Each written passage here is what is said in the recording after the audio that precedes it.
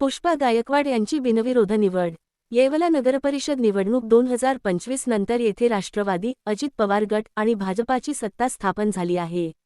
आज उपनगराध्यक्ष पदासाठी सत्ताधारी गटाकडून पुष्पा गायकवाड यांचा एकमेव अर्ज दाखल झाला।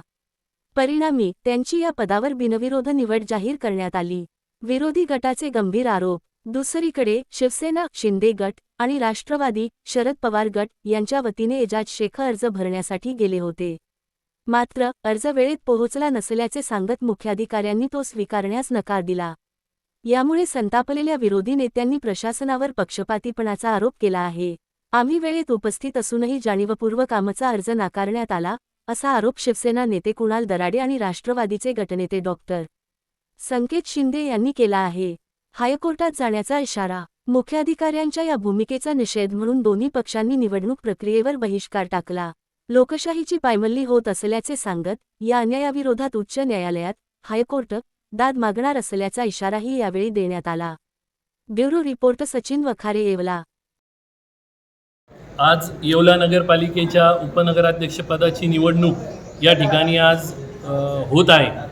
खरं तर राष्ट्रवादी काँग्रेस, शरद पवार पक्ष आणि शिवसेनेतर्फे आम्ही एजाज भाई शेख यांचा उमेदवारी अर्ज दाखल करण्यासाठी 11:58 या ठिकाणी सर्व हजर होतो आणि 2 मिनिटाच्या वेळेअभावी 2 मिनिटाचं कारण देत हा फॉर्म स्वीकारला गेला नाही आणि हा मुख्याधिकारी साहेब यांनी या ठिकाणी अर्ज स्वीकारला नाही।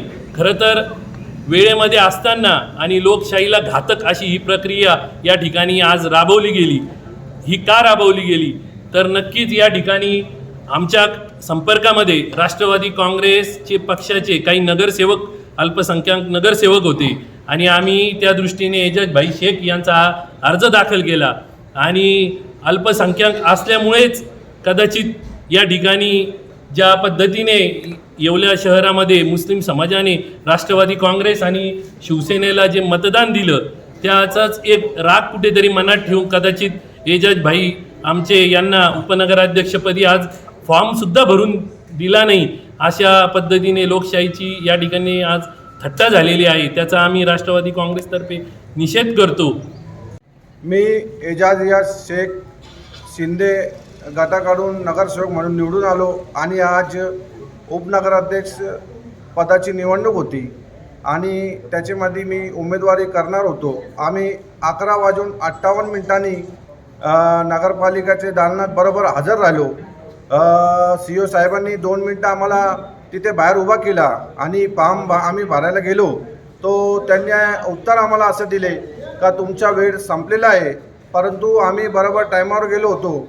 आम्ही अल्पसंख्याक असल्यामुळे आमच्यावर हा अन्याय होतो का असा आम्हाला प्रश्न तुमच्या माध्यमातून विचारायचा आहे। आणि दुसरी गोष्ट याच्या आम्ही आज जे प्रक्रिया होणार आहे त्याच्यावर माझे जितके सहकार्य आम्ही बहिष्कार टाकणार आहोत। आम्ही 12 नगरसेवक होतो आणि काय अल्पसंख्याक समाजाचे मुस्लिम समाजाचे मतदान आम्हाला भेटणार होतो आणि 100% आम्ही ही निवडणूक जिंकणार होतो, परंतु याच्यावर आमचा प्रश्नचिन्ह आहे। येवला नगर परिषदेमध्ये उपनगराध्यक्षाच्या निवडीचे प्रक्रियेचा कार्यक्रम या ठिकाणी COच्या वतीने आयोजित करण्यात आलेला होता। आम्ही शिवसेनेच्या वतीने या ठिकाणी 11:58 एजाज भाई शेख यांचा फॉर्म त्या ठिकाणी घेऊन आलो, परंतु 2-3 मिनटं आम्हाला बाहेर वेटीस धरलं आणि ज्यावेळेस 12 वाजता आम्ही त्या दालनात गेलो त्यावेळेस COंकडनं सांगण्यात आलं की तुमचा फॉर्म आम्ही स्वीकारत नाही आहे आणि आमच्या समोर त्यांनी त्या ठिकाणी विद्यमान आमदारांच्या दालनामध्ये फोन केला की आम्ही यांचा फॉर्म स्वीकारू का नको स्वीकारू, तर त्याच विद्यमान आमदारांच्या कार्यालयातून सांगण्यात आलं की यांचा फॉर्म स्वीकारू नका। मग खऱ्या अर्थाने ही लोकशाहीची प्रक्रिया आहे का, हा माझ्यासारख्या सर्वसाधारण कार्यकर्त्याच्या मनामध्ये प्रश्न निर्माण होतो आहे। आणि एजाज भाई शेख हे अल्पसंख्याक मधून येतात, मुस्लिम कम्युनिटीमधून येतात।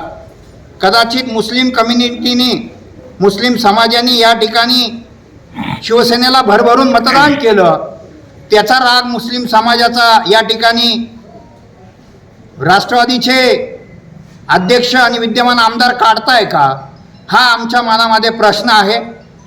कारण एक मुस्लिम बांधवांना आम्ही या ठिकाणी संधी देणार होतो उपनगराध्यक्ष म्हणून, ती संधी देऊ पाहत होतो. आम्हाला काही मतं या ठिकाणी मिळणार होते आणि आमचा उपनगराध्यक्ष या इथे होणार होता.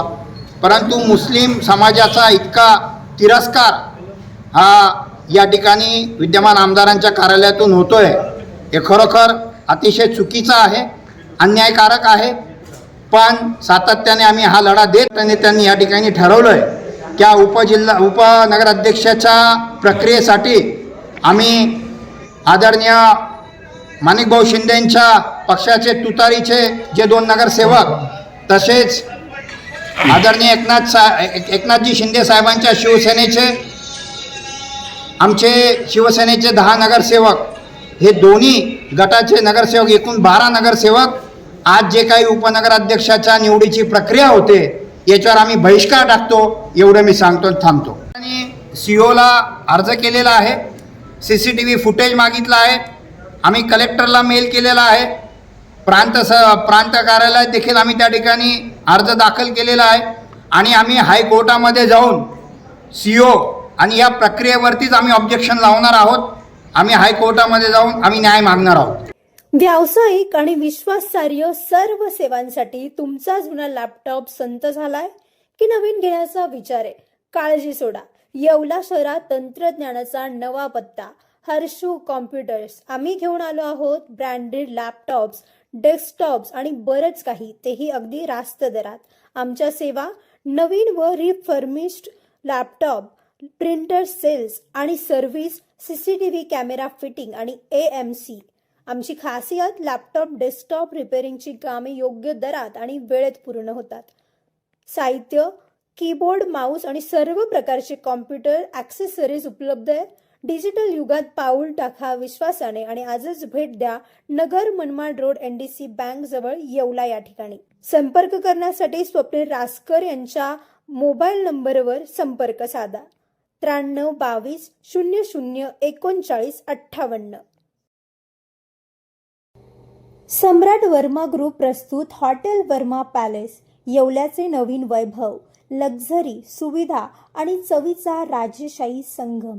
आकर्षक लक्झरी रूम्स, खास पॅलेस अनुभवासाठी आरामदायक आणि सुसज्ज AC रूम्स, आधुनिक सुविधांसह थंडावा आणि शांतता. चवीचा आणि सेलिब्रेशनचा थाट, मल्टीव्हिजन रेस्टॉरंट आकाशाच्या सानिध्यात, मनमोहक दृश्यांसोबत स्वादिष्ट आणि वैविध्यपूर्ण पदार्थांचा. शहराच्या गजबजाटातून दूर, हिरवळ आणि शांततेत रिलॅक्स होण्यासाठी उत्तम जागा. हॉटेल वर्मा पॅलेस, जिथे प्रत्येक भेट होते खास. आम्ही फक्त सुविधा देत नाही तर एक अविस्मरणीय अनुभव देतो.